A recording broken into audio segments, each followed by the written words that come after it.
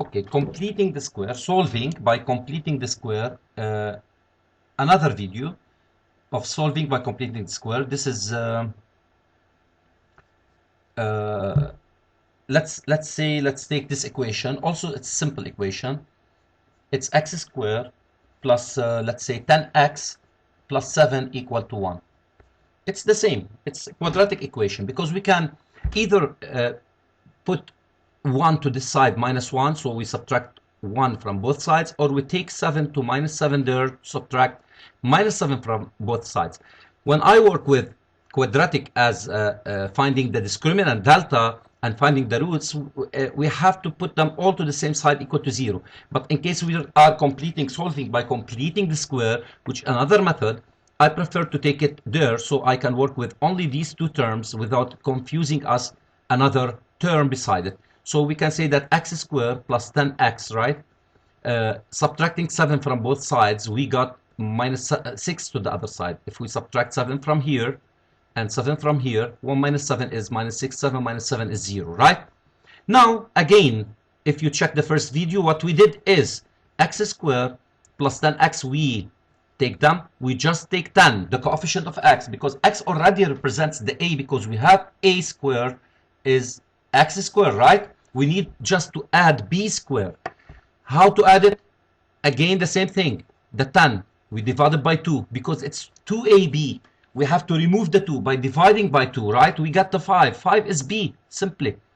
So what is b squared? It's 5 squared, which is 25. Then I have to add 25 to both sides of the equation in order not to change this equation. Now I got a perfect square, which is x plus the middle one, the last one is 5 to the power 2, and the 10x comes from 2 times a times b, 2 times x times 5, it's 10x. Always like that, right? Minus 6 plus 25, it's simply 19. It's simply 19. So we have now a square to first side, a perfect square number to first side. What do we have for the other side? What do we have for the other side? 19. Also 19, we can write it as a squaring number, right? How? How to write 19 as squaring number? It's x plus 5 to the power 2 equal radical 19 to the power 2, right? If it is 25, I write 5 square. If it's 49, I write 7 square. I guess in the first, in the previous video, we got 4, right? We got 1. So we wrote the 1 square. So in this one, what do we have to do is to write x plus 5 square to this side equal radical 19 square, which gives me also 19. So removing squaring from this side, this means we square root both sides. This means I'll get, right, 2 cases to be considered for the other side, right? 2 cases to be considered. If I put radical for this squaring, square and radical moves out, what left is radical 19, so it's plus or minus radical 19. If it is 25, plus or minus 5, right? So what else? What does this mean? This means I have 2 solutions. X plus 5 equal either plus radical 19 or x plus 5 is equal to minus radical 19. Okay, minus radical 19. All right, so either x equal radical 19 plus 5 or x equal minus radical 19 minus 5. So the solution set here, if we want to write the solution set, it will be equal radical 19 plus 5 or 5 plus radical 19, the same, minus 5 minus radical 19. This is the solution set. Let me give you another example, and let's try to have something. It might confuse some students, and we have to be careful. X squared minus 3x, right, plus 7 equal 0. Again, same thing. This is nice because we have minus 3x and minus 3. We cannot divide it by 2 to have a whole number. Taking plus 7 to the other side, it will be minus 7. Great. I put x squared minus 3x, right, equal minus 7. And I have to add. We take the coefficient of x, which is minus 3 or just 3 because we're squaring it. 3 and divided by 2, and we square it. We got 9 over 4. The coefficient of x without the sign is okay. 3, we divided by 2, it's 3 over 2. We square it. 3 over 2 square, 3 square is 9 and 2 square is 4. We add 9 over 4 to both sides. 9 over 4 to both sides. This is a perfect square for sure. It's x, the middle one is minus, the last one is 3 over 2. It's a 3 over 2 to the power 2.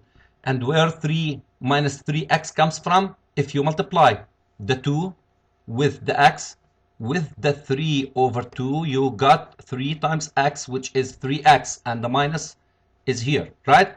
Is equal to, what is minus 7? It's minus 28 divided by 4. I multiplied the numerator and the denominator with the same number, which is 4, plus 9 over 4.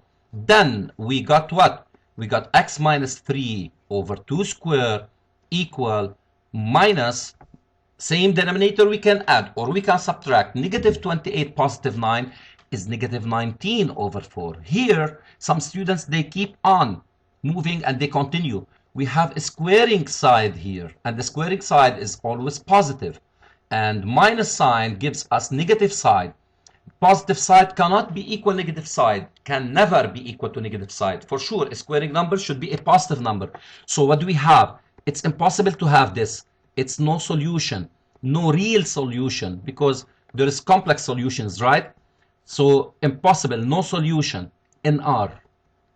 We don't have any solution in R. So what is the set of solutions? Set of solutions, it's equal to phi. It's empty. That's it. Let me try. We still have time. Let me try to have another example. Let's try to have example with other coefficient. Okay, with coefficient other than 1, I mean. Like if we have 2x squared minus 8x minus 3 equals 0. That's nice. What do we have here? What do we have here? Here we have something important.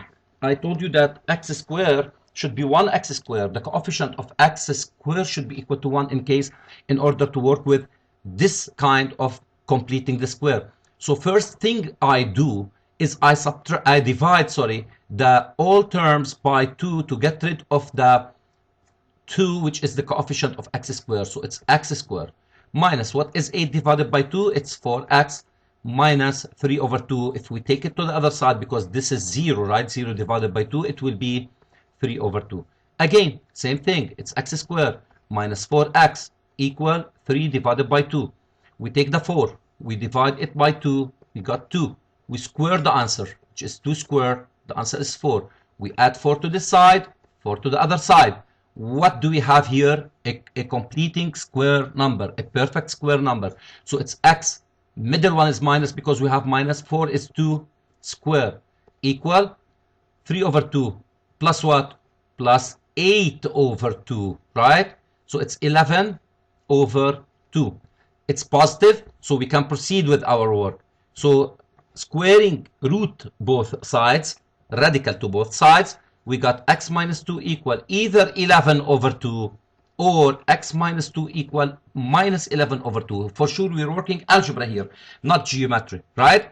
In order to have our solution, we have two cases to be considered, because the squaring of 11 over 2, it's not 11 over 2. I'm sorry, I forgot the radical to this side, right? Squaring the radical 11 over 2 or the minus radical 11 over 2, both gives us 11 over 2. So what is x? X equal 2 to the other side, minus 2 to the other side is plus 2 plus radical 11 over 2. Or x equal plus 2 minus radical 11 over 2. And what is the solution set here? Solution set is two answers. Either x is 2 minus radical 11 over 2, or x is 2 plus radical 11 over 2. The radical is all over 11 over 2. For sure, we can rationalize this answer to make it easier, and we can keep it by the meantime like that. All right, that's it. It's the completing the square formula. You can use the delta formula, right? Quadratic formula, which is discriminant, to find the same solutions for the same equation and compare them with these equations. But be careful. If you use delta, this will be 2 plus time is I'm losing time, right? So I will try to do it just fast. Okay, so it will be 2 plus radical 22 divided by 2. Taking 2 common denominator, it will be 4 plus radical 22 over 2. All right, and the other one will be 4 minus radical 22.